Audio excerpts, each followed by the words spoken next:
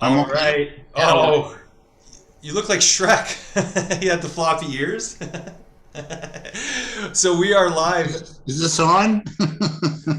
Yeah, yeah, yeah. I started recording early just to catch you doing that. Yeah, So we are live with another episode of the Rob Anderson Show today. Very excited to have back on David Cohen. How are you, David? I'm great. It's always a joy to be with you today, Rob. Same here, man. Same here. And Yeah, last week we did, you had me on your show, so that was super cool. And it was awesome. And I really enjoyed the conversation. So thank you. you're welcome. I feel the same too. I enjoyed our conversation, and you're a great interview. And we had a really open and candid discussion. And you're yeah. I loved having you as a guest, and I'm glad to be your guest today. Yeah, I well, just hope I don't get you fired. I know, I know. You got me close last time, I have to No. say. The big guy upstairs, Yeah, he said I'm never going to work in this town again. yeah. I've been there. I've been there. Yeah, yeah, yeah. And on the hot seat, like to the point, it's like I'm sweating. I'm going, okay, who wants to know? Is anyone watching? Like, yeah, yeah. So I Yeah. got very nervous sometimes. Yeah, I hear this is like your 150th episode. Yeah, yeah. It's a big celebration. We're going out tonight to Yeah, to yeah, to where? to nowhere because I'm because I'm not vaccinated. Yeah, there you go. Um, I guess we could go hang out in a park and hopefully find one that they're playing music at. I'm thinking we'll go hit a corner store. We'll get a bag of Dad's cookies, and just have a good time. Like, and maybe buy a lucky lotto ticket too. That sounds like a perfect Friday night in the I city. know. I know. Like, this is for people watching. Get a real education, because you'll end up like us. You'll end up celebrating 150th episode with a box of Dad's cookies and a lotto ticket at a corner store. This is reality. People think that we have it made. We drive fancy cars. We have women in parties till all hours of the day. But no. I'm currently living in a van down by the river, so Oh, my neighbor. so we were chatting before we got on the call. Tonight is what is it? It's a like full moon, full solar or Yeah. sorry, lunar eclipse. Do you A know? lunar eclipse last night, and it's a full harvest moon, I think, today. Oh, okay. So it was actually last night. I thought it was today. I guess depending Uh, on where you are in the world, then, right? yeah, well, it was like last night overnight, so today, yeah. Okay. And then there's a solar eclipse on December 4th. Oh, really? And there's been some solar winds as well happening. So if you're not feeling like a little like, what the what, then good for you. If you're thinking, hey, like life's normal, I don't know. It's anything but normal. Yeah, well, it's especially given the stuff that's going on in the world the past 2 years, it definitely feels like we're in the Twilight Zone some days. So, definitely feeling that. I this morning I went out for an amazing walk, and it was really windy, but it was sunny out, so it was awesome. And I went down by Ontario Place, and yeah, just stood by the water and kind of there's a point where you look out and you Um, can't even see the shore on the other side, and it kind of feels like you're on the ocean, if you just keep your perspective. So it was interesting, kind of like get out of the city a little bit, right? Yeah, it's really nice down where you are by the lake, in Toronto. And also big news today, the Rittenhouse case in the States was settled. The jury said not guilty on all counts. Oh yeah. So that was a big case, big court case, and and a contentious one at that, because Yeah. there was a bit of a setup, and of course it involved race and things like that. But it's just nonsense, what's going on.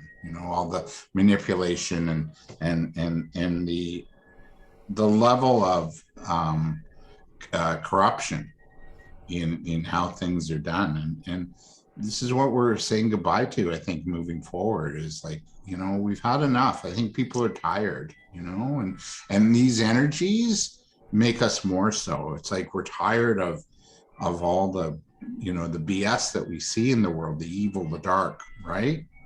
Does that make sense? Oh yeah, for sure. And I think I I'm getting better at distancing myself from it and realizing that you know the real battle is how you deal with it from internally, right? Like, what is your relationship to what's going on out there? And it's really easy to get caught up in the fight, and then or the flight, and to really just be balanced in who we are and saying, the universe is unfolding as it may. I can't control what's happening, just how I respond, right? So Yeah. that's Yeah. what that's what I didn't really. I mean, I know about the Rittenhouse case, but I didn't follow it. I don't watch the news I, every day. I don't either. But it's one of those things like where I also feel like it's a distraction to to hide what's really going on, because regardless of the outcome, you can't please 100% of the people all the time. So it's just going to be a bunch of people are going to be happy, a bunch of people are going to be upset, and it's going to be another division, right? So it's just another thing that's meant to take our energy, right? So I don't Yeah. know. And distract us.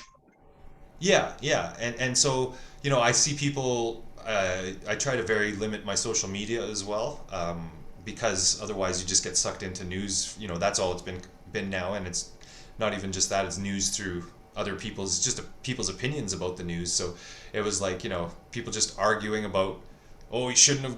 I think he got off, right, and it was like, oh, like just it's just another thing that's zapping our energy. So steering clear of it all. I don't have an opinion of it. That's the judge's job, or the jury's, and I'm not qualified to make any judgments on it. So life goes on, in my opinion. And Yeah, and I think these things that are happening, around us, like cases like that, or events in the world these days, it's taking us off our inner game, where we have to look inside and go, okay, so do I want to play? Is this what my life's about? To get riled up and diss somebody else because of their views, or I had a conversation with a friend today, and she was on a dating site, a singles dating site, and she met a guy who on his profile said, and if you like Donald Trump, don't even bother contacting me. And it's like, dude, like it's like, just be open-minded. Just because of somebody's political views doesn't make them an evil bad person. You know what I mean? Like, it's like, just let it go.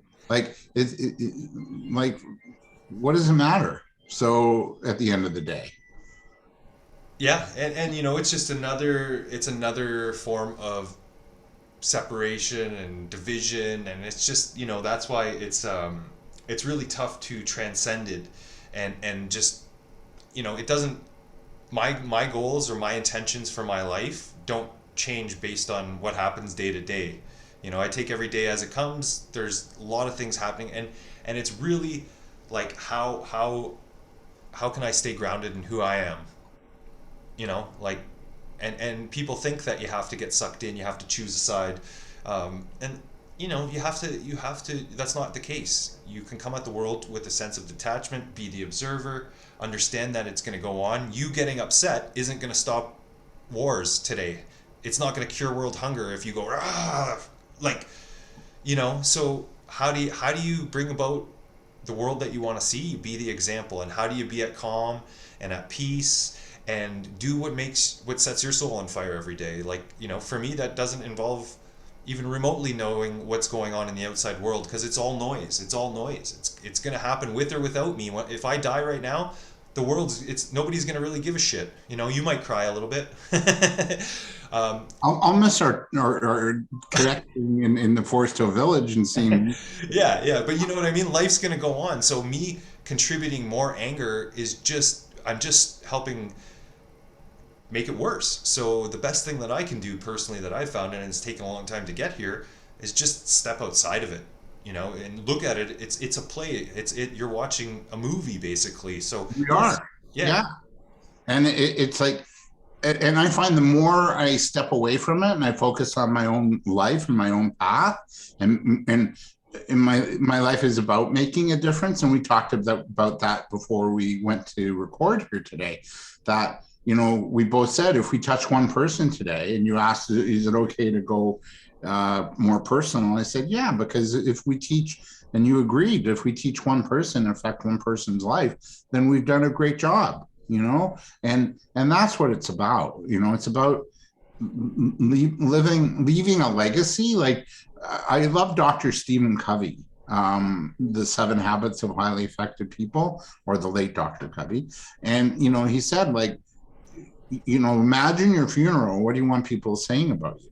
Right. And so live that way. Like, because we're all teachers. Like, you and I both like to teach and speak, and we use communication as a tool to get our ideas across. But we're all teachers for each other, whether you know it or not. If you're a parent and you're on the street and you hit your kid for bad behavior, what lesson are you teaching them, and what lesson are you teaching somebody walking by you? So we're all teachers, and we need to be mindful of things like that, right?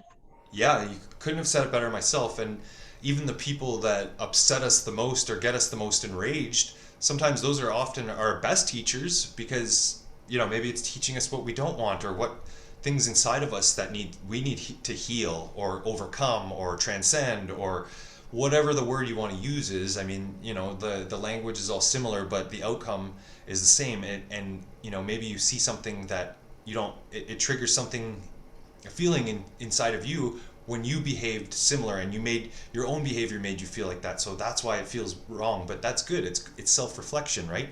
Yeah. And that's why if you look at, I'm trying to take the stance these days that everything's perfect, the universe is unfolding as it may, my opinions of it, and that I could do it better, or like, who am I to tell God or the universe or the infinite intelligence or the creator how to do their job? Like, I'm just a small co-creator. That's why we're all doing it together, and that's why people don't realize the power of their thoughts, right? And they just think that thoughts are private, but they're not, because they reverberate out into the world. So just because you don't say something doesn't mean it's not affecting the world. Other people can tell if you're grumpy, or if you have, those people that just like have something on their mind and they don't say it, and they just think because they're keeping it to themselves that it's healthy or whatever. But yeah, understanding the power of your thoughts and thinking with intention, right? That's you were mentioning a book, Neville Goddard, which that's one. Yeah, and I have it here. I'm almost done. And a friend of mine in North Carolina, she lives in Charlotte. Yeah. Reiki Rachel. You can look her up on YouTube. Actually, she just posted a lovely full moon meditation on an activation on her YouTube channel, Reiki Rachel. Rachel Thompson recommended it to me back in maybe late August, and I went, oh, okay, I'll check it out, right? And then I got the book, and I've been reading it bit by bit. I read more in the summer because I go to a little parkette and I sit outside. And now when it's cold and it's dark, it limits my reading time. So like in the summer, I could go out at 7 and get an hour of reading in outside, sitting in the nice night sky. So now it's like, well, I can't even see. So, but anyway, so she recommended it, and it's really about, visualizing, creating with our minds what we want. And I think not enough of us know that we have that ability to visualize and create what it is we want. And I think if more people knew that we had this power within us, God lies within us, or Jesus or whoever lies within us. We have that power. Not that we're God, because we're not. But, we have the power to create and to visualize and to manifest. And if we kind of all learn that, man, the wars would end, because we'd want for nothing.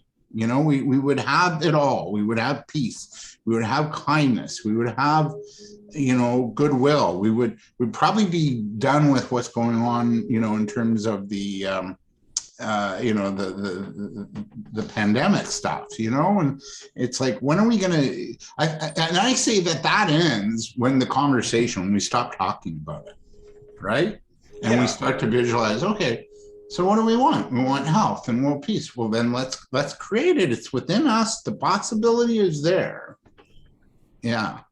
Yeah, and I think you put it perfectly. And like you said, that God is within us, and we're not God, and so you can't ever, if you ever get that inflated self-importance, then you know that's the danger, is that that's what we have right now, is that some people think they're better than others, some people think that they're right and others are wrong, and they're willing to kill for it and this and that, um, and so really coming to that place that, hey, having a genuine reverent respect for all life, and saying that, yeah, we are all pieces of God, we're not God ourselves, but we're co-creating, we're all little sparks of divinity. And that's what I say, is that every encounter is a holy one, right? Like every person that you meet, doesn't matter their station in life, or their lot in life, that's a piece of the universal creator. You know, like I always say, we're different physical or separate physical manifestations of the same consciousness, and we're here to experience life and learn our lessons, and you know, help other people do the same. But it has to be coming from a loving place of abundance. And I think, whether or not you're into conspiracy theory or this and that, you have to admit that something's not right, that there's a better way to life. And it doesn't mean fighting against this and raging against the machine, because oftentimes when we do that, we're helping perpetuate the same things that we're fighting against, because we're making somebody else wrong, right? So, you know, we chatted about letting go and detachment, and I kind of wanted to go to shift over to spirituality, because, you know, these days spirituality kind of gets a weird rap, because it's like one of those words, like a lot of people, like the word God was abused, you know, like through religion and things like that. So people, you know, you say God and religion, people run. Sometimes you say spirituality, atheists run. But it's not really about that. It's about, hey, you know, maybe we are divine beings having a human experience. So what does that look like? What does it look like if we know that the deeds we do in this life are going to affect us in the next? How to have that conversation, and how to have that treat, you know, your everybody as a brother and sister, not just your family, right? That everybody, you know, nobody's important in that we're all important. You know, nobody's special in that we're all special. There shouldn't be any royal families. There's no people who have any other right to resources or anything like that. And I think that's what this conversation, that and the political and even, you know, health issues that are going on around the planet are really bringing these conversations to light, you know. Yeah. Because it's now it's further divided people. It's like now it's the masked and the unmasked versus, you know, the and like, so it's to come full circle. What does it look like when you kind of go through? We talked about trauma, and that can be a catalyst, or, you know, a very traumatic experience that you have in your life as a catalyst for change. You know, you mentioned your toe and your divorce, and so what did that look like for you, and how did you grow from it? Um, the first one was that I was 10. I lost my dad. He died really suddenly at home, and that kind of freaked me out. And it shaped me with my story, because I had a story around that there is, you know, God doesn't love me, and how could that happen? And then I had, a few months later, maybe about 10 months later, a real big disappointment. A family friend was going to fly me to New York to see the Toronto Maple Leafs play, and I'd never gone on a plane, you know. Life wasn't the same as it is now, you know. So I'd never gone on a plane. I was so looking forward to it, and then it fell through at the last minute, and I went, see? And so that's been my story. That's been my limiting belief, or my Achilles heel, as it were, throughout my whole life. And so how did I come out of that trauma? Probably as a kid, not very well. I failed grade 8. I didn't have that sort of same mojo or spark. I mean, I had it a bit, but I just yeah, it wasn't the same. And then it also affected too my marriage, because like when my marriage broke up after my former wife and I, she became pregnant, and that was planned. But then she didn't, you know, we went through a sort of a series of events as to, you know, who we were both going to be moving forward as two parents and adults. And what came up, she I remember her asking, are you going to get two jobs so you can support us? And I went, no, you know, because for me, life wasn't about working until you drop. It was about balance, right? And so here we are, you know, ready to have a child, and it's like, boy, are we ever like from different planets here, you know, in terms of our life experience. She had one, I had another, and so unfortunately, you know, that came to an end, and that really shaped me too, because that was like total loss and wipeout. You know, like I was a country music song. You know, I lost my house, my job went south, my earnings went like totally like from a high point of when our daughter was born. I think that year, and this is sort of mid '90s, so it's pretty good. I was at $85,000 that year, and then it went down within 3 years to 20,000. And then, you know, you had lawyer costs and all these things, but that was also a huge spiritual awakening. And even though it was really freaking tough for 4 or 5 years, and on top of it, you know, she moves to Montreal with our daughter and made access and, you know, seeing visits really miserable from Toronto to Montreal. But I guess the magic was I got tapped into going to the landmark forum or landmark education. I did the forum. I did that too. Yeah, phenomenal, eh? Yeah. And that changed my life. Oh, nice. So as bad as it was, yeah. I got present to the fact that I wanted to do teaching, like not be a form leader, because you got to do a lot of work for that. Well, you know, yeah. So I went, I want to teach and coach. And that's the career I got into. And then I started a few years after that. I started a weekly radio show that lasted for 7 years. It was a success show. So it gave me my mojo and my strength back to move forward, right? So even out of the ashes, you can still rise, and you know, you're still okay. And I guess from that point on, you know, I just discovered more of who I was. And so I find when you go through those dark times, there's magic in them too. So as tough as they are, the lessons of life and the growth that can happen if you choose to grow, or you could choose to be bitter and miserable and just like pack it in. And it's like, you can't pack it in. You can pack it in when you take your last breath. So just go live your as best as you can, do the best you can. And I guess if I had one big lesson, I think it would have been be more gentle on myself and more self-love and more belief to and maybe take risks. I think I should have taken more risks back then. Right. Yeah. And then a few years ago, I had a toe infection that also changed my life. And I had my aha moment sitting in a doctor's office thinking I'm going to have my toe fucking lopped off. Pardon my language. That's okay. You can let it rain on my show. Yeah. And I went, I better make some changes. And I was about 300 plus pounds. And I went on keto. That was August, early August. By October 14th, I saw a doctor. I went on a very strict keto program and took off about 50 pounds or 40 pounds and got my sugar levels down. And I just chose life, you know, and I had to go through an intense year of healing and off work, and I lost everything. I was in lockdown because I had a cast on my foot or on my right foot, so I couldn't drive. I couldn't go anywhere. I couldn't walk.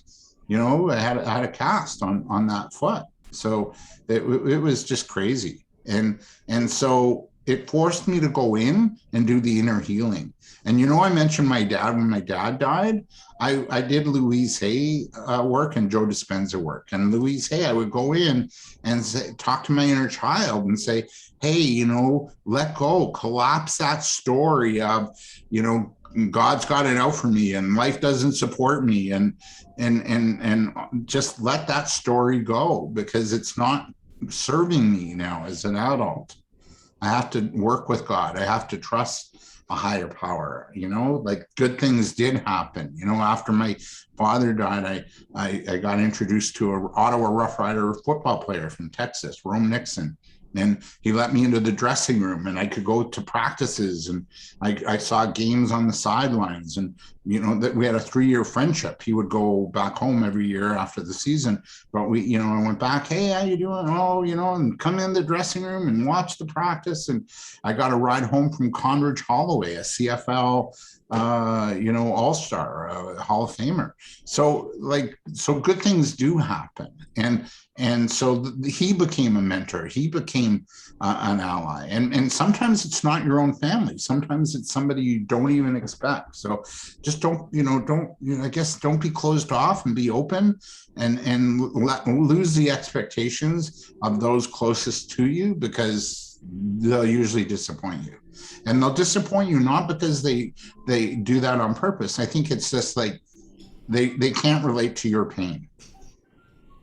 Yeah. So the pain of losing a dad for a little 10-year-old who didn't know how to deal with the pain and wasn't sent to a therapist or anything back then, because it really wasn't, vogue. They were in their pain. I had my pain, right? Yeah. Well, thank you so much. You shared so much, and I appreciate it. There was so many amazing things that I wanted to touch on, but telling yourself that story. I was talking with someone earlier today, and I had the same thing. Being raised Catholic, I had this story that God was out to get me at some point in my life. Because my parents got a divorce when I was super young. They finally got a divorce when I think I was about 7 or 8 years old, and and that's your whole life collapsing, right? Yeah, at that time, it's the people who provide for you. And I was reading an interesting thing on a psychology book about how I didn't maybe realize how much it affects you as a child. Now that I'm going back and looking through it and from a different lens, but it's how it was talking about how detrimental or kind of horrific it can be as a child, thinking these people that are meant to take care of you aren't getting along. So they're, the structure is dissolving. So you feel that well, now one of them's gone most of the time. So what if the other one leaves? I'll be left alone or something, and nobody to take care of me. And these are the thoughts you just have as a child. It's not, we're not developed at that stage. We don't, we think we are our thoughts. And, but yeah, so you have this story, and collapsing that story is, man, I've been collapsing stories a lot the past two years, let me tell you, just because, you mentioned Landmark. I did that about 10 years ago, and a lot of great things that I learned from it. And, it was a good shift. I wouldn't say my life changed overnight, but it's those little things that you remember from it, right? Yeah. Yeah. And then you see things with new eyes, that's what I think some people have that, oh my God, the one day changed my life. And, that's great for them. But I want people out there to know that, man, life's a gradual process. Things are gonna come and go. People are gonna come and go. Events in your lives. You're gonna love things when you're a kid, and then eventually you might not love those things anymore, and that's okay. You're gonna go on and try new things. You can, there's no recipe for life. So and everybody's wants different things. So the ingredients you're using, what you're brewing up for yourself is your business and not anybody else's, because your tastes are your own and everything. So it's okay, even if you're 85 and you want to take up playing the piano, do it, But so collapsing those stories, that's really powerful stuff. And I everybody has to do it at some point in their lives, right? Otherwise, you're going to keep it on. You're going to be stuck in a loop or stuck in a cycle, playing the same thing on repeat. Poor me, poor this, poor that, And what you have to realize is that, there's an interesting quote that I was reading today about how if we could see all the suffering of our enemies, it would totally disarm any hostility towards them or something like that. Because nobody's immune to life. That's the thing. We think we look out and we look at it through judgment, oh, this guy's got it easy compared to me. But once you sit down and talk to people, you hear wow, everybody's life. It's the great equalizer, right? Yeah, we've all been through some sort of abuse, which is really scary, or trauma, or somebody was cruel to us growing up, or we got picked on, or whatever. We've all been through that. Yep. and there is an equalizer. And, and you mentioned stories, and we both mentioned stories, and Landmark is taught us that we live in story. And you remember the exercise? I did the advanced course as well. So I did the form, and then I went on to the advanced course, which was 4 days of the form, right? Not 3, 4. And we had to write our life story as to why we are the way we are. Like, why are we stuck, or why aren't we rich, or why aren't we where we? So it's because I lost my dad, and then my mom took away my little blankie when I was a kid, my flannel sheets, and I couldn't play with them anymore. I like flannel sheets growing up. Go figure. Anyway, so you wrote your story out, right? And then you had to read it to a person sitting next to you. And you didn't read it once. You read it over and over and over again until you started to go, oh man, this is bullshit. Yeah. Right? Yeah. And you and I have talked about this off air, where we talked about our stories and our woe is me. Oh yeah, my divorce, that's nothing, and then she went to here, and then you just get tired of telling that story, because it's like, this isn't doing anything. Am I my story? Are we our story? Are we that poor little 10-year-old who lost his dad? Yes. And we're more than that. Yeah. Yeah. We're spiritual beings. Like we're, as you said, we're part of God. Like we can create, we can step outside of that story. You hear of people who've had horrific things happen to them, losing an arm, losing a leg, almost dying, and they do amazing things. And they so what? Yeah. If we have a soul and a brain and a mouth, use it wisely. Yeah. And Megan and I were talking earlier today, and she made a good point. And the first time I heard this, it resonated with me. It was like, things aren't happening to you; they're happening for you. And it's going to take you. It might take you, if you're young, it might take you longer than some people to realize that. But one day, mark my words, you're gonna. If you're hearing it from me say it the first time, maybe it'd be 10 years down the line, you're gonna be like, holy shit, this is happening for me. And then that's a catalyst for change, and you start, maybe that's your first spiritual awakening, is like when you realize you're not a victim, that the universe has no ill intention towards you. That's it wants you to be successful. And be happy. It's you that's holding you back. It's not the universe, it's not God, it's not your mom, it's not your coach, it's not your fucking wife, fiance, brother, sister, daughter. It's you. It's your story that you're telling yourself. It's your script. So when you can dissolve that, or just transcend it, or say, hey, I'm not my life circumstance, I'm not this ongoing dream. What does that look like? What does that mean? And where was I holding myself back when I thought it was somebody else? Yeah. And then you want to numb that pain too. You don't want to face that pain. So for years, numbed it too. Oh yeah. In my 20s, I was like, I drank so much, and smoked and partied, and really, because I was like, oh, like, you think that you're living in the moment and enjoying life, and to some degree you are. I don't have any regrets, but I do realize that I do realize that it was something that was, it's definitely numbing the pain and just kind of avoiding it, or not even really knowing that you should be dealing with it, or what dealing with it even looks like. Like, how do you deal with it? It's just something that only comes with time, and really allowing life to come in, and be open to life without your judgments attached to it, without, like take off the glasses, because like whatever, take off the perception and the lens that you see it through, which is your story. Yeah. And your story. And then, again, the story just sort of keeps playing out, and then you justify your behaviors based on your story. And you mentioned drinking and whatnot. For me, it was eating, right? And not that I was crazy, but it was like, I wasn't eating healthy. I knew it. I used to, when my marriage broke up, I just lost it. Like I started smoking again. I would eat chips and just have no, like I had nothing in me, because the losses were so great, the pain was so great. But sometimes we got to face our pain head on and just allow it to come through us, and not, we don't need to reach for something, a cigarette, a drink, a drug, a food, and we could just sort of be okay with our pain. And man, would I ever love to see a world like that, where we're all okay with our pain, and we're really open and honest and real. And because I think a lot of addiction comes from not being able to process our pain and be okay with that.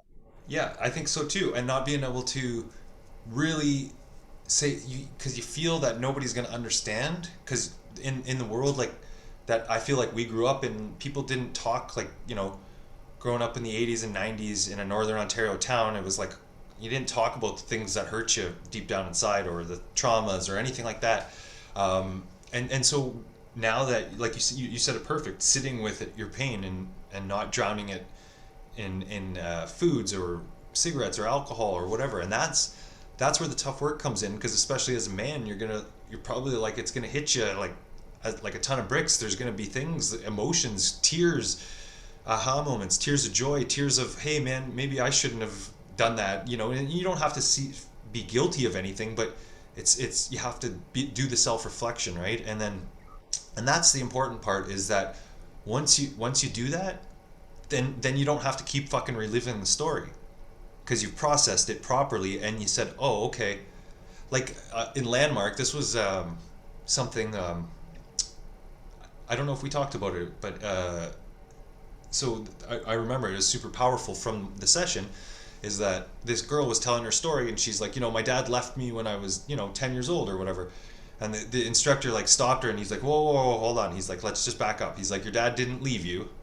And she's like, well, what do you mean? And he's like, your dad didn't leave you. And she didn't get what he was, she's kind of got upset. Like, well, what are you telling me? Like, yes, he did. And he's like, no, he just left. You're the one who thought that he left you. Like, he just left. And that's what they said in Landmark, that we're meaning-making machines. We want to make meaning to so many things that don't need to put meaning to it. We have to say, oh, well, this person fucked me over because they're an asshole, or this guy cut me off in traffic today because he's an asshole, and people are stupid, or whatever the meaning that we make to things, But it's just a story. And so I was like, oh, when he was explaining that to her, I was like, I went through my life and looked at it. We're like, where was I holding on to something like, this person did this to me, and I was like, where in my life was I thinking like that, where they didn't do that to me, they just did something and I felt like it was to me, but most people are just doing their own thing. They're not really concerned with you so much, like, and that's a powerful thing, is so to sit down and face the pain head on, like you said, and be alone. Most people are so distracted, especially in this day and age, because that's all alcohol or cigarettes or food is it's a distraction. You can distract yourself with work, you can distract yourself with family, but taking the time to just, I started that about 10 years ago, where I just didn't know, I was going through a transition in my life too, like broke up with a girlfriend, was, supposed to move in with her, ended up living on my own, and I was like, what the fuck, like, what have I done in some ways? And Yeah, but now you got a van by the river, so like it's okay. oh yeah, it's fucking sweet. Nobody to tell me what to do. No cleaning. Yeah. But so yeah, there's that. We talked about lots of trauma and having the ability to transcend it, then coming from not only just transcending it, but being okay to talk about it. So that leads me to our next point, is coming into authenticity and really using the scripts and the things that you used to tell yourself, like all that stuff that you went through. That is now how you can affect change or affect the world in a positive way. You can speak to children about losing father at that age and what it was like, and you can help them understand that they're not the only ones going through it, because a lot of the times in the world we feel so alone, like, oh my god, nobody could ever even possibly fathom what I'm going through.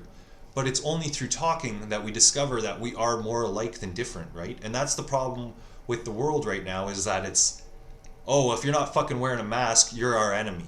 Well, that, like, no, No, and I agree. And I think we missed an opportunity by opting for the fast food.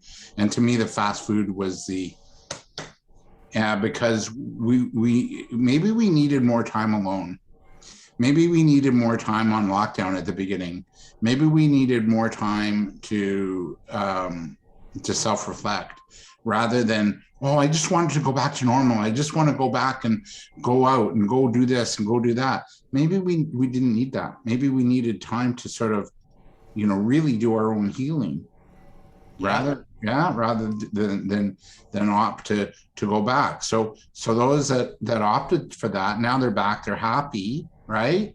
And they're going to concerts and events, and I'm hearing ads on for Christmas fairs, and okay, well, it's nice, but are you still really happy? Do you still have your pain? Have you processed your pain? Have you done your healing, right? And now I'm hearing that those that are got the shot are getting sick, just like those without, probably maybe more so that the efficiency is, it's not that efficient. So it's like we need to sort of step back, and I feel like we were talking about this before the show, that the rest of the year I want to just go quiet a bit and step back from the human doing, and just be a human being and do a little soul searching. Okay, where do I want to go next? And feel my way into it.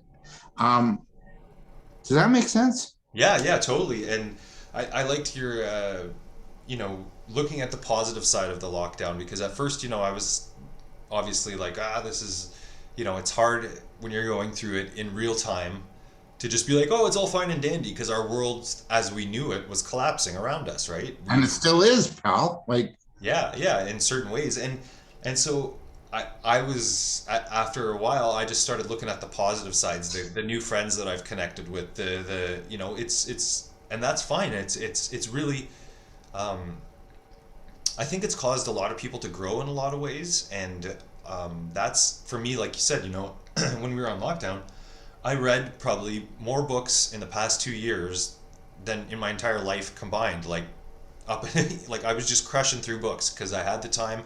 We're at home, like there was no, and so instead of just doing the same old thing and watching old movies or whatever, it was like, no, like there is a whole wealth of knowledge out there. It's all available online. You can get Amazon to deliver books to your door, even though that's that's how I yeah. So whether or not how you feel about Amazon, it is what it is. I stop raging against the machine. So it's like, yeah, you can get those Oh, I books. went to Hay House. What's that? I bought it at Hay House. Oh, did you? Nice. But so there's a lot of things. Even I always tell people this: anything that's any classics or things like that that are over 50 years old and they're out of copyright. Like if they're all available on online public free libraries, like online, there's tons of stuff. There's amazing books that you can read. So I taking that opportunity to do the inner work the past. So I was kind of in a way now I can look at it and be like, yeah, I'm kind of grateful. Um, and look at it with like I'm indifferent to it. Yeah, like things are going back to normal. My life's not. That's okay. Do I want to go back to it? I don't. Not necessarily. I. Yeah, I'm with you. It's like, would I like to go to a jazz concert or the Rex or whatever? Yeah, for sure. But I don't want to sacrifice my sovereignty and my choice just for a short-term gain. I look at my choice, not that I'm anti anything, not that I'm against anybody, Yeah. but it's a choice. And it's a choice as to what I do with my body. And not that I've been really great with it, but I'm a lot better. Um, and I don't want to sort of sacrifice a belief and a choice and an intuitive feeling, just to opt for a quick fix, so I can go back and have dinner or go to a concert. I want to sort of, I guess there's a part of me that sort of, I'd rather go the long route to have an amazing outcome. Yeah. Yeah. And that's the thing is freedom of choice. That's what they're. It's really feeling like it's the pressure's on now, And like, that's, if we don't have our freedom of choice, then like, what do we have, And The whole world would be like like. well, it's strange. I mean, if the freedom of choice, you can go Moderna or Pfizer. So I guess you still have a choice, right? But you know what I mean. I'm just being silly here. You say Moderna, and I say Pfizer. Moderna, Pfizer. Let's Pfizer go. makes you wiser. I wonder now if you date a girl or a guy, whatever, who's got I date girls. yeah, Yeah. right, and if you date somebody who's got the shot and you marry them, is that a mixed marriage? I'm just wondering. Yeah, I don't know. So many questions. Actually, I don't really date girls. I'm not a dater, especially not during COVID. I know. My whole dating life is gone. Like, what dating life? Yeah, not like I had one before, so whatever. Yeah. I'm not using it as an excuse by any means. I remember the beginning, I think I did meet somebody and we met, we were 6 feet apart right back then at the beginning of all this. And I said, well, she was nice, but she was a little standoffish. She felt really distant. Yeah, just now I know what a distant relationship is. Yeah. Well, Yeah. so let's circle back to authenticity, because I really like that. I appreciate you speaking from the heart and being authentic, because sometimes it's really difficult to speak your truth, because you know we grew up in a society where it's like people hid things, or they, like we talked about it, that you didn't have those conversations, and so facing your own pain head on is good, but when you can talk about it openly and honestly with other people, and then maybe you and I having this conversation today, somebody's watching it and they say, hey, you know what, it's okay for me to reach out, and maybe they reach out to one of us or whatever, or they have a conversation with somebody else to say, hey, it is okay, like, you don't have to be perfect. And what is perfect anyways? There's no such thing as perfect, and we all have this false ideal that's been programmed into our minds, and everybody's is different. And it's usually, oh, I'm not good enough, I'm not tall enough, or too tall, or too big, too small, too skinny, too everything. And like you, I was 250 pounds at one point in my life, and I lost over 83 pounds. And I've, my mission was to keep it off at all costs, and I didn't take care of my body either, and it was a long process to getting there. And that's the thing, is that it's a process. People have to understand, like you said, don't be so hard on yourself. You want to be diligent and disciplined with your life, and but not to the point of missing out on it. Like, you don't want to have to be so regimented. That's why I'm a big proponent, I call it creative scheduling. And so, as yourself as an entrepreneur, when you can, to really, even if you're doing the list of the same 8 things every day, change the time of day that you do them, so that way it's not this drudgery and monotony. Like, that's when like they say, variety is the spice of life. And so, yeah, maybe you're not traveling the world every day, but how can you add variety within the context of your life the way it is?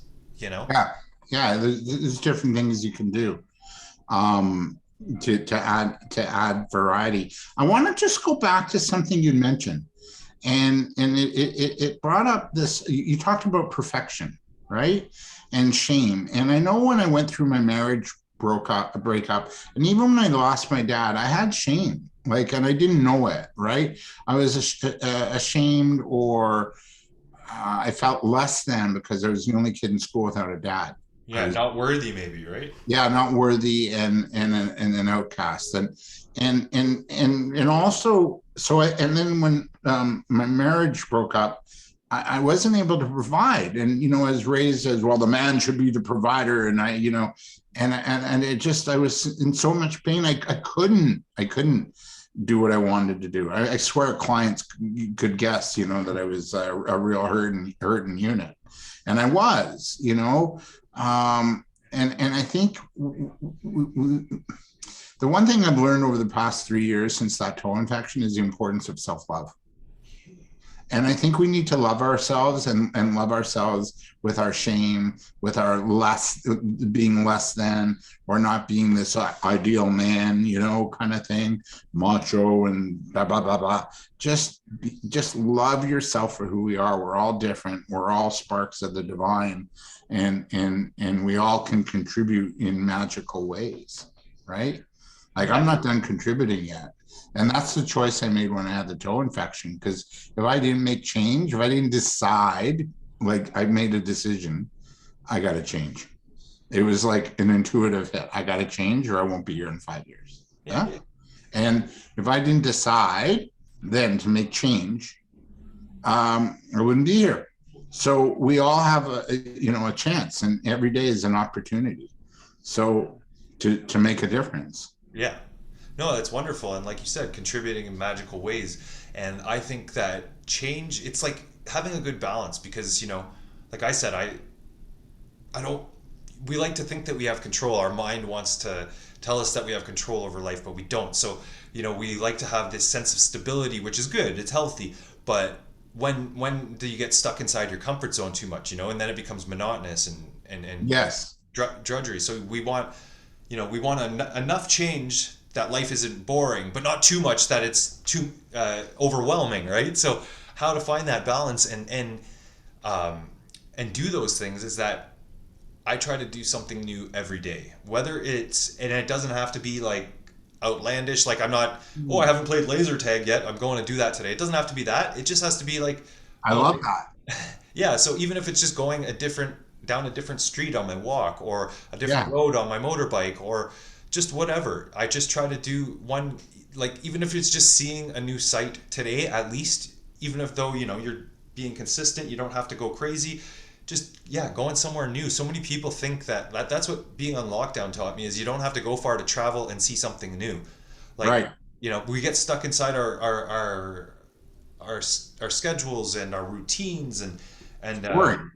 but routine is great and all that, but then you plateau, right? So Yeah. to keep it changing, and that's why with the creative scheduling, that was really powerful for me. So it's like, yeah, I'm still doing the same things every day, so I'm accomplishing. It's linear. I'm disciplined, but it's fucking fun, Like maybe I'll go for my walk in the evening and do yoga. Like, I wake up one day, I'll do yoga, and the next morning I wake up and I'll read first, or the next morning I'll wake up and I'll answer emails, or whatever. Like I change it all up so that it's not that boring, right? Hmm. And for people to, we talked about not feeling good enough or like an outcast or not worthy, and we're all going to have those feelings at some point in our life, and so really when you learn to overcome those things and say, hey, wow, no, I am worthy, and the universe wants us all to succeed. And that, I think that's part of the society that we brought up, is that there is so much competition. Like, you got to like fight for your place in the world, and it's not like that. Like, if I don't send this email tonight, nobody's gonna swoop in and fucking steal my position. If I don't, outperform my last month's sales, I'm not gonna, like I said, I think it was, I don't know if we were recording, but it's like, yeah, I'm never gonna work in this town again. Like that's how the feeling is that we feel so caught up in the hustle and bustle that if we drop the ball or don't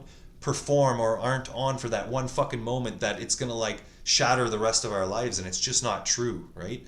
And so if you can break through that, especially, kids growing up, going to school and like feeling the pressure to like know what you're supposed to be for the rest of your life, and going to college or this or that, like, there's no end game. It's this society, I always say, of destination addiction. People it's never enjoying the process. So it's like, just enjoy the process. If you fail or make a mistake, like I think of mistakes as missed takes. Just take another shot. It's just a missed take. You can take another one. There's no limit on how many times you can try fucking something. There's nobody saying like, oh, you fell off that skateboard 10 times, you can't try skateboarding anymore. You do it if you want Yeah. to. And again, we're making it mean something. Yeah. A mistake. So when I lost a job a number of years ago, right? And I was kind of, Where did it go? You lost it? Did you forget it on the subway? I got let go. It was kind of like, thank you. And so I was kind of, wallowing in my self-pity for a few weeks. I allowed that. Yeah. And that boss, she was horrible. But what happened was, a few weeks later, I went to a workshop on a weekend, and it was called Create Your Own Vision. And I went, I'm going to start a radio show for small business, and I'm going to start my own coaching and training company, right? Yeah. And I'm not making this up. This was like, I got let go April 19th. May 7th, I took this workshop. By August 17th, I had my first radio show that I did at CKDO. It was a small business, big idea show. I bought 13 weeks of their time. I just broke even, but I was making cold calls and trying to get advertisers on board, and I'm selling a concept. They said, well, do you have anything we can hear? No, not yet, but it's going to be really good. Yeah. Anyway, I got enough to kind of break even, and I went on air at August 17th, and it was like, holy geez, I did it. And then also by August, I had a training contract and started my own coaching training company. And then by the month after, I worked with another organization as a coach and facilitator with them. So it was like, I did it just because I said I would. Yeah. Yeah. Right. And that's this book by Neville Goddard, talking about visualization. My first training gig ever, I would visualize it. And I was going through this, the divorce went final. I lost my job. This is like December 1998, February 1999. And I was reading The Monk Who Sold His Ferrari by Robin Sharma. And I visualized myself, teaching in a room, right? And I'd never taught, but I just done Landmark. Remember what I said? Landmark taught me into like this possibility of teaching and coaching. And I did research and I went, oh yeah, this is going to be a career to go into. And here we are, 23 years later, and I still love it. I've had moments, but anyway, so I would visualize me teaching in a room, and my visualization, the room had light pink walls. Well, my first ever training gig that I got hired for, that was February, was September of that year, right after Labor Day. And I got $100 an hour to teach, a 3-hour workshop on marketing on a shoestring. And the room had light pink walls. That's awesome. So I think we just need to sort of step back and let go of and collapse our stories and our shame and our guilt and who we're not and who we and really start to be who we are, And there's a couple of other things I want to add, but we'll get to them because they're also really important. Yeah, yeah, and well, thank you for sharing that, and it's wonderful. That's the power of the visualization, is that often that's what creates deja vu. I think it's like I've had those moments too, and like with anything that I've done in my life, like I used to do. I was talking about this earlier today. I used to do magic, and that for me that was like something I started doing it, I think, when I was probably like 5 or 6 years old, and even on grade 2 Halloween, I did a magic show for the class and stuff, and that used to be the most amazing thing. My dad, that was like how we bonded. He would teach me, like, especially the more advanced things. Like, he would buy novels, I think more for him, because I couldn't read a novel. Like, I had the simple magic tricks that were for kids, but he would read the more advanced stuff and like teach me the more advanced tricks, and like, I would show family members. I remember going over to visit my grandpa, who was, like way older than me, and I could do things that he didn't know how to do. And that was like the most wonderful feeling as a kid, being able to just, fool your grandfather, you just like, wow, like how cool is that? But it really allowed me to visualize that process, and what it would be like and I think that's super powerful, right? And people, I don't think that it can really be, you can really put a price on it, because the power of visualization, and people think that you just, like the law of attraction, it's not just about thinking about something and getting it. It's about visualizing it, like you said, but also feeling the emotion. Like you said, seeing that it's pink walls, like what exactly do you want that to look like? And it's crazy that it works out like that, like it's almost identical. And that's where I think the deja vu's come to. Like, I've had moments in my life where I was like, oh yeah, this is, of course, it doesn't seem like a miracle when you knew in your heart that it would work out one day, right? It just, that's the deja vu. You're like, oh, I've been here before. And maybe it was in your visualization, Yeah, or in a dream, right? Now you do, podcasting, and I know you do, like you spin records at clubs and things like that. Well, so not so much anymore, but yeah, wouldn't it be called DJ Vu for you? Like, zing! I find myself spinning records. Yeah, well, that's what that was another one too. Was visualizing, so back to doing magic when I was a kid, I didn't really ever visualize you didn't think of it like that. Hey, you could get paid for it as, a 6-year-old kid. But when I was 16, I remember my aunt and uncle, they hired me, and I think I got paid $100 an hour to do magic show for the mine mill. It was one of the mining Falconbridge, I think it was, for their like summer party, right? So they hired me to do that. They were responsible for organizing it, and that was so cool because I was like, what other 16-year-old kid do you know makes $100 an hour?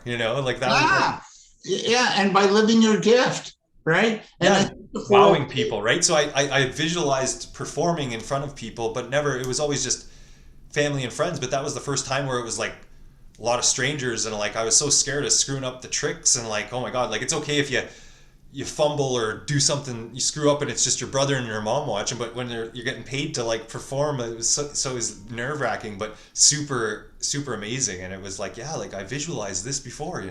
yeah, and it happened. And I think that's the thing, we're not, people like you and I were more creative, right? But we're not mathematicians or scientists or economists or bankers or insurance. Like that kind of job, that's not what we're cut out to be. So I think the more you can appreciate who you are and really tap into your truths, your joys, then the faster you'll live a really good life. And then you have to let go of the stories that are going to keep you stuck and keep you from being what you can be. And I feel like at my age, I'm really stepping into finally the work I really love to do. Like I studied improv this year, and I'm on the verge of maybe collaborating with an improv training company. So when things kind of open up, I want to go into companies and bring about change and communication and laughter and joy within a work environment. That speaks to me, right? Yeah. So here, the podcasts I want to do, the teaching, like I think if we could just let all that stuff go, we can be more of who we are. And so this idea of self-love, do it because you love it. Don't get attached to the money or what the fame or the bling bling, because that's all bullshit. And that's what we're realizing now with what's going on, that it doesn't mean anything. Yeah. Right? It's not about the money or the richness, or it's what difference are you making? Are you happy inside? Yeah. I've got to share a lesson. Right before my father passed away, and I was 10, and 10-year-olds ask the darndest things, right? Yeah. So I remember watching a movie, and it was, I don't know, like it just prompted me. I want to know what. I went into the den, and my dad liked to read and play violin and study and whatnot. He was an economist in the government. And I asked him, I said, Dad, how much does a clown make? Right? A clown? A clown. Because I thought, oh, maybe I want to be a clown. Yeah. Oh, and I used to spin records in the den and do DJing and radio. And I used to play with my hockey cards and do the play-by-play. I know it was in me from as a kid. Anyway, so I asked him, you know what he said? This is really profound advice. Okay, I hope everybody's listening. He said, what do you care what a clown makes? Just do it and be happy. And he was an economist that worked with labor programs, like labor training programs. And I kind of do the same now. Only for me, it's more entrepreneurial. Yeah. Isn't that amazing advice? Like, just do it and be happy. Yeah. I think it's Jim Carrey that says, like, you can be unhappy doing what you don't want. So you might as well try whatever it is. You're going to be, so might as well try to do what makes you happy, and if it doesn't work out, then that's fine too, right? Like, and it will. That's the thing, is when you're living your life's purpose in alignment with who you are, that's the beauty of life, that there's people out there, like there's people who are clowns, there's people who are magicians. I'm not a magician, but it was something that I love to do, and like I still love magic. Just because I didn't want to, when I was a kid, I wanted to have a career in it, or I thought it was cool, but it was just something that I love to do, and now I love enjoying it. Like I still love, going to a magic shop and saying, hey, like, let me see the best tricks that you've got. Or I know people who do magic, and it's like, because I have such I know the history of it. I have such this deep appreciation for the richness behind it, and how, like just everything. So I can appreciate it on a level that most people don't, because, it's wow, that's a cool trick. But like, to know, when I see somebody who just like performs near miracles with sleight of hand and cards, and I know how difficult that shit is to do, to me, it's on a whole nother level. Like, it's like, wow, like because I know how difficult it is. I know the hours and hours, like sitting there just doing a card manipulation over and over and over and over and over again, like almost to the point of obsession. But to get to that point where it looks flawless when you do it for somebody, and then it blows their friggin' socks off, and to see to have that reaction from people, and just for that little split moment to blow their minds, and make them snap out of their world that they thought they knew existed and do something that they can't explain, is very powerful, right? Yeah, and they say, in Malcolm Gladwell writes in The Tipping Point, that it takes 10,000 hours to perfect your craft, right? And he talks about the Beatles. Do you know the Beatles performed in Germany like every night for years before they exploded onto the British rock scene? Really, eh? Yeah. Didn't know that. Yeah, it's. Yeah. I was talking about that with somebody earlier today. Yeah, like 10,000 hours is like, I don't know if I don't know where I've heard it. So yeah, Yeah. it's like the yeah, that's like how many hours it takes to be. I don't know what you'd say, like not a master maybe, but like very well versed and fluent in something, right? Like Yeah, and you know, where you can do it, right? yeah, because I think mastery of anything is never. It's like you can't even say that. It's like it takes a lifetime. Most things that are worth doing, to become a master at, like Yeah. a lifelong process of, like I think it's Tony Robbins that says what it's a constant and never-ending improvement, right? So Yeah, and that's from the Japanese model of industry. And, the Japanese, I mean, Toyota and Nissan and Honda ate the American auto industry for lunch because they had this CANI formula, which is constant, never-ending improvement in how they made cars. And, they spooked the Americans, right, for years. They yeah, couldn't compete. yeah, yeah, Yeah. and so that's the thing is that you, we were I felt like I had 10,000 hours on lockdown the past 2 years, so that was it was a really good time for getting back to things that we had put off for a long time. For myself, that was music, that was reading and writing, and even drawing. I used to do art as a kid, and I hadn't picked up a pen, or paint or anything in so long, and I did that. So and it's like, wow, you can get back to those things, and like there, I was talking about destination addiction and things like that. Like you can just do something for the enjoyment of it, even if you suck at it. You can just paint because it's therapeutic for you, not because you want to be a painter or sell paintings, right? Like that's the thing now. Like I still do magic.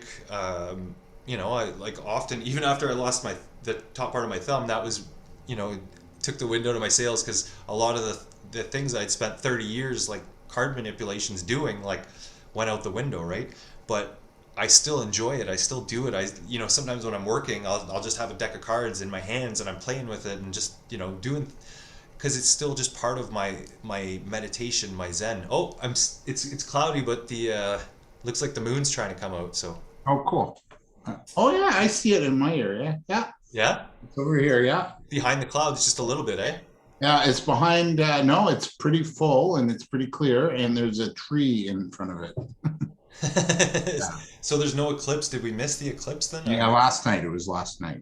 Well, I thought it was the 19th, but I figured, yeah, I guess the 19th starts at midnight, so it might have Yeah. been early in the morning. I kind of, yeah, maybe it wasn't visible from here because it rises pretty early here, so I don't know what time it was supposed to. My friend sent me a time map, but for some reason I was going to look at it tonight, not thinking that, yeah, maybe it was early this morning, right? It was. It was. There's a couple of things I want to add, I think, to our healing and our journey, and one is to, and this is hard, is to trust that there's a plan for your life, and then it's to have like absolute faith, even in the bad, that this is good. And that's really hard, right? So you have to really trust and be grateful for the good and the bad, and take the bad, and that's your lesson. That's what you can help other people with, right? So that's a really important thing, I think, lesson that I've learned. I kind of wish I did that more when my marriage broke up, because I was a really hot mess for several years. So the other thing is gratitude is really important, just to to give thanks for the good, because like even though it's really could be really crappy in your life, even though you lost half your thumb, or I was off work with a foot injury, like life turned out. It wasn't like wow, but it was like really good, right? And so trust that the universe does have your back. Have that attitude of gratitude, even though it's bad, because it could be worse. Yep. Right? Yep. And just really love on yourself, and that we're all okay. And at the heart of what I think what's happening is everything is going to collapse, and then at the end of the day, who are we? Yeah. Right? Oh, money doesn't matter. So who are we? And we're really souls having, you said, we're spiritual beings having human experience. Even Dr. Stephen Covey, who we talked about, the 7 Habits of Highly Effective People, I remember hearing him teach, and he said, yeah, we're spiritual beings having a human experience. And we forget that. And we're so attached to this life, that life can go like that, and things can change in a heartbeat. My dad went like that one night, right? Yeah. Your accident with the bike, like that, right? And life changes. So Yeah, like we all, it can be instant. Like you said, it's like there's whatever it is. It could be somebody telling you you've got cancer, somebody saying I want a divorce, somebody saying you're fired. Like life, it happens, it changes in an instant. And yeah, and you might see it as failure or the worst possible thing that's ever happened to you, but it does go on, it does get better. And I have had friends that have taken their own lives and things like that. And I wish that they would have seen that it would have been okay. yeah, and it sometimes it takes time. It's not going to come overnight, and sometimes it could come overnight. Yeah, yeah. There's no like handbook for dealing with those things, right? Like No. that's and like you said, being gentle or loving yourself. That's why it's like you don't really know. It's easy to say like I never lost my dad at 10 years old, so I Yeah, don't but your know. parents split up. Yeah, but I don't know what it's like. Like my mom lost her dad at 9.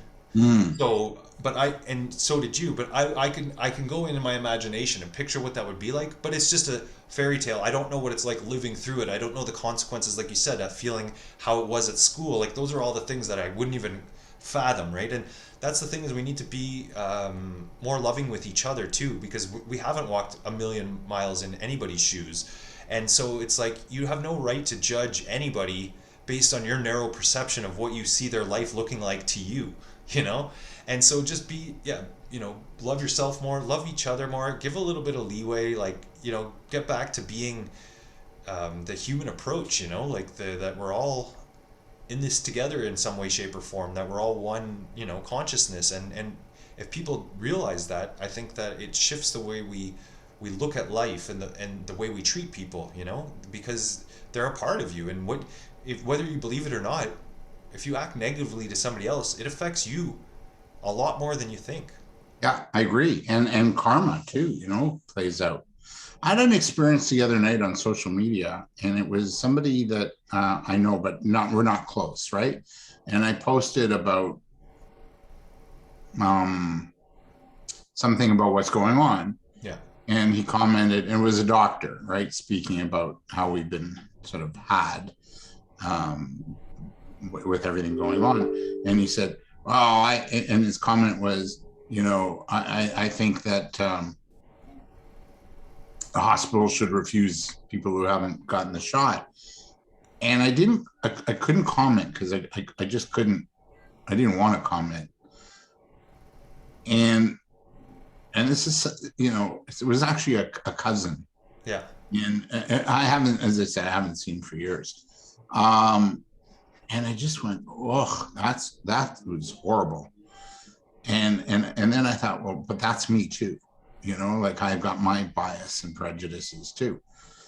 But I got to the point where I just said, I gotta cut loose, and I actually unfriended and blocked because I just don't want that energy in my world. Yeah. And it's difficult, right? Because it's It like, is. yeah, and like social media, it's like that's another thing. It's like it's this fucking manufactured thing that was all hot, like it's created its own monster. Like, back in the day, well, like, you didn't have to talk to everybody. You didn't have to engage with them. You don't have to be friends with people just because they're your family, or you don't have to, like, we're not for everybody, and everybody's not for us, and that's okay. And that's what you have to learn. That's a big part um, of the learning process in life, is that, people are in your, like this, the saying goes, people are in your life for a reason, season, and a lifetime. And so, you know just have to learn to accept it, and be okay with it, right? Yeah, and I know when I let go of someone, I always go, well, just bless them, and I do the hopoponopono. Yeah. I love you. I'm sorry. Please forgive me. Thank you. Yeah. And go on your way. And we've served each other, right? Somehow, right? Yeah. Yeah. Yeah. So I thought the other thing too with social media is that you can hide behind that veneer. If you would you say that to somebody's face? I don't think so. I don't think so. Not without a few drinks, Yeah. and sitting down having a serious conversation face to face with somebody. Probably not, sober conversation, saying like, oh yeah, like, I think we have to respect each other, and you said we have to love each other, not be best friends, but let's be at least tolerant. Let's put ourselves in their shoes. yeah, like, I think that's getting a bit extreme, and it's like, it's not me to judge, but it's like, yeah, like, if you're gonna start refusing people life-giving support because of like that, then if it's because you're not vaccinated, then it becomes, where's the dividing line of who receives that and who doesn't? Like, oh no, yeah, like, it's already bad enough that in a place like Canada you need the medical card, but like, to have these people who are citizens and say, like, we're not going to we're going to refuse you medical care because of you didn't want to take the jab. Like, how does that even make sense? Like, Yeah, it's like, well, you're a different color, or because you have no hair, you're not going in, whatever. It's like, it's crazy. We've got to yeah, really, it's like saying you're less than human because you didn't let some medical company experiment on you, and it's like, how did we get here? In some ways, right? I know, it just makes you wonder. Yeah. But So I think those two things are important, though. The gratitude, self-love. gratitude's huge, right? Because that's what made me, like, I not that I've, I guess, well, at some points in my life I was ungrateful. So now it's like really being grateful for, like, every morning I do my Wim Hof breathing before I even get out of bed, at least 6 days a week. Usually one day a week, I just, because I do that creative scheduling, I wait, I'll get up and I'll go do it in a park or something like that. But I always do my gratitude list of, like, I'm grateful to be alive, to have my body, to be healthy, to all those things, to say, how can I be of service today? How can I live my life to the fullest? How can I express my unique version of the creator through me? How can I do that today? And just being grateful for the people in my life. And like we said, we can learn something for everybody. So I'm grateful for even the things that look negative to me. It's kind of all just duality anyways. It's all just happening out there. And it allows me to decide how I want to react to it, and how I want to project outwards to it, and what I want to be part of. And I don't care if you're jabbed or unjabbed, you're welcome to get medical medical treatment in my eyes. Like, that's, if I saw somebody get hit by a car, I'd be like, well, make sure you check their vaccination status before you fucking revive them. Like, come on now. So yeah, more loving of each other, and gratitude, and loving of ourselves. I think I forgot to set the timer, so I think we're well over an hour. Oh yeah, we are. But this was a great chat, I think, today. Yeah, yeah, and it's authentic, right? And that's what I'm trying to do. I really enjoy doing this. I didn't realize how much I actually enjoyed it. I was telling a friend today that it made me realize it was like a deja vu. Like, when I was young, I used to sit up. I had a great uncle that lived with us for a few years when we were younger, and I remember staying up late. And he had a room in the basement at our place. And I would stay up late with him, and we would watch. We'd flip back and forth between Leno and Letterman, and that, just watching that, the way they did it with humor and some music, and just the monologues, and then just the really good interviews. And being an interviewer, I didn't realize how much I actually liked it, and having those authentic conversations. And I think that's what was lost up until now. And so having good quality, authentic, respectful conversations with people. Who are your top three guests? I know we got to wrap up, but like on those shows. Like, who would your top three be? Chris Farley was funny. I don't. Living in a van down by the river. Yeah, that's where I got that from, obviously. But I mean, he was just so over the top. He was probably drunk and doing cocaine all the time. It's like he would go in there doing cartwheels on Letterman. Oh boy. I forget. I probably, it's been so long since I watched, but who else struck me as funny? Obviously Jim Carrey, because I just think he's always kind of doing different things. I don't know if I have a top third one that I remember. Can It I? was more about them interviewing that I always remembered them more than the guests. It was how they handled the guests and how they were, you know, like I just found them, they were so good at their craft, right? Like talking to people and being funny and so yeah, that was. What about yourself? Okay. So it's on YouTube. There's 4 minute uh, take of it or video of it, and it was Don Rickles on the Tonight Show with Johnny Carson. And Johnny was just finishing interviewing Frank Sinatra. And Yeah. Don Rickles comes onto the stage and then starts, and Don Rickles is this Jewish guy, right? With a mouth like unbelievable. And he comes up to Frank Sinatra and he starts kissing him on both cheeks and hugging him and goes, hey, like talking Italian and Franzio says hello. And, yeah. So he was brilliant, Don Rickles. He was Um, a comedian, right? yep. Yeah. He passed away a couple of years ago. Yeah. The other one, and he was often on Letterman and the Tonight Show, was Robin Williams. Oh yeah, yeah. He's a good one He too. was brilliant. And then my third, I think, funniest was from Hamilton, Ontario, Martin Short.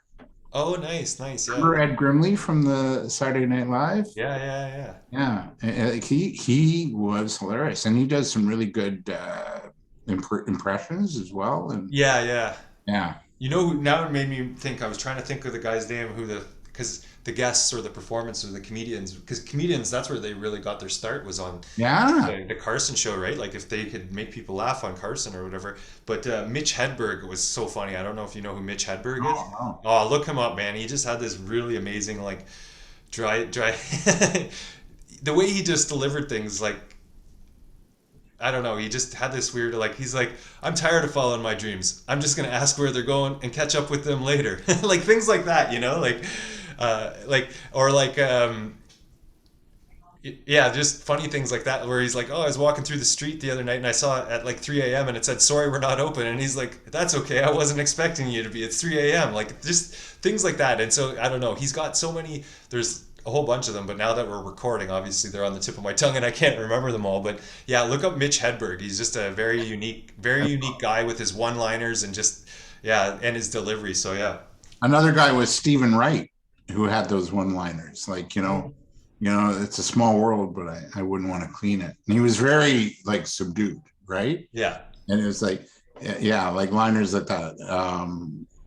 Oh, I bought a dog. I called him Stay. So now when I call him, I go, come here, Stay. Come here, Stay. Right? And so Stephen Wright, probably similar. Yeah. Yeah, yeah, exactly. Yeah, classic stuff. Yeah, they really broke a lot of comedians in on those shows, That was like that 5 minutes you had. It could make people felt like it could make or break you, right? Like, Yeah.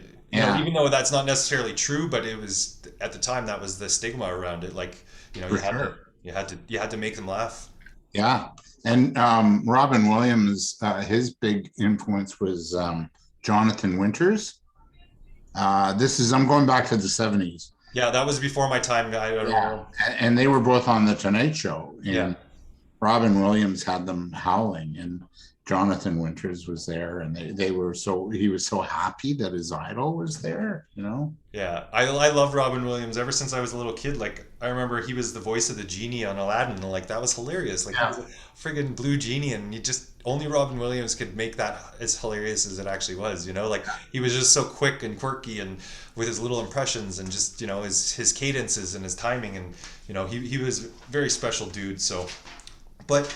I guess thanks so much again, David. It's a pleasure. I'm happy to call you a friend, and I'm glad I'm glad that we get to hang out and chat and in person and on Zoom as well. So, any parting words of wisdom?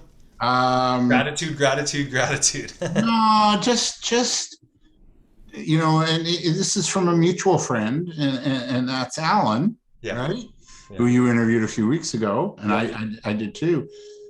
Just be in the moment. Don't get too far ahead. Don't stop the chase, and just be in the moment, and just accept for whatever is, and be your best, as best as you can be every moment. And if you need a break, listen to your body. Maybe you need to, maybe rest. Maybe you don't need to be, jamming it with your business or whatever you're doing. Maybe you just need to rest or think, or I like to play Scrabble on my cell phone. Yeah, Yeah, whatever you do, right? yeah. Just be in the moment. That would be my parting advice. I can't think of better advice about being in the moment right now in this moment. So thank you once again. I love you, buddy. Have I a love you. wonderful week and or weekend. Sorry, but Yeah, yeah, it's hopefully it's not too cold out. So enjoy. yeah. I will. I'm going to the Freedom Rally in Whitby tomorrow. Oh, nice. Well, and Saturday. I look forward to hearing about it. Yeah, it's worldwide, right? So it's happening in Toronto as well at Queen's Park. Very cool. Very cool. All right. Well, it was All right. good seeing you, man. You too, sir. Enjoy. Okay, you too. Thanks.